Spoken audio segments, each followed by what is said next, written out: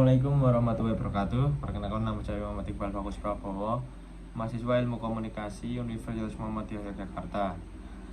Saya adalah peserta mata kuliah Metode Penelitian Kualitatif tahun 2024.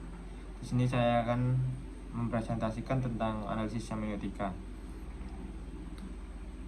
Analisis semiotika menurut Ferdinand de Saussure. Ferdinand de Saussure adalah seorang yang dipandang sebagai salah satu bapak linguistik modern dan semiotika dalam kemajuan ilmu linguistik di abad ke-20. Semiotika berasal dari bahasa Yunani semeion yang berarti tanda. Semiotika atau ilmu ketandaan adalah studi tentang makna keputusan. Ini termasuk studi tentang tanda-tanda dan proses tanda, indikasi, penunjukan, kemiripan, analogi, metafora, simbolisme, atau makna.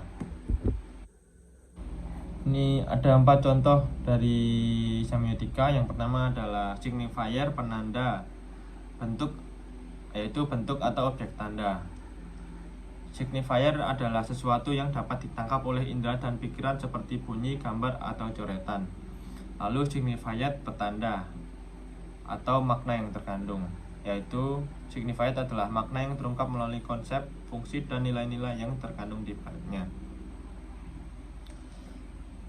Contohnya adalah ketika kita melihat bendera kuning di sekitar komplek, itu adalah penanda. Lalu signified-nya atau penanda yaitu di daerah komplek tersebut sedang ada yang berduka.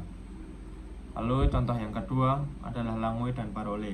Langue adalah sistem bahasa yang digunakan secara kolektif dan disepakati oleh semua pengguna bahasa serta menjadi panduan praktik berbahasa dalam masyarakat. Lalu parole adalah praktik berbahasa dari tutur individu di suatu masyarakat dalam waktu atau kondisi tertentu.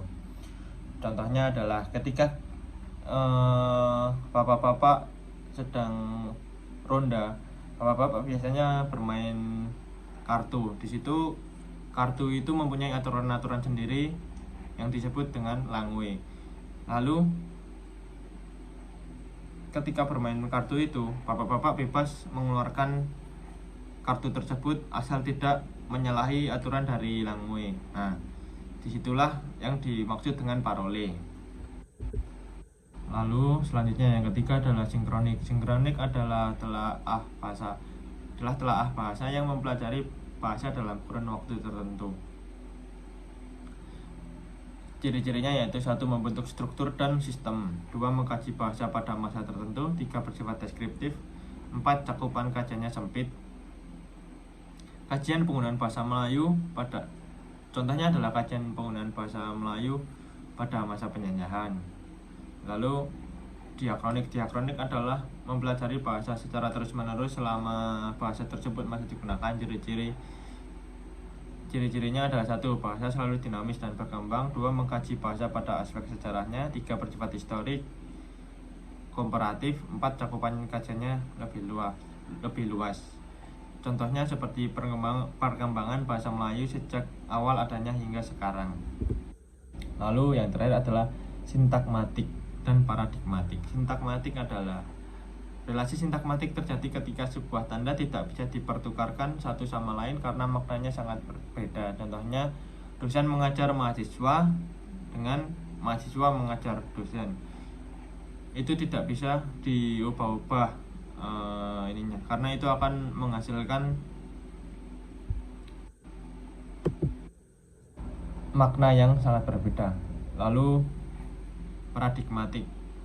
Relasi paradigmatik terjadi ketika suatu tanda bisa dipertukarkan karena meskipun memiliki makna yang berbeda tetapi memiliki satu paradigma. Contohnya di kampus UMY, pengawas itu menemui dosen. Lalu contoh yang kedua, di kampus UMY, pengawas itu menemui mahasiswa.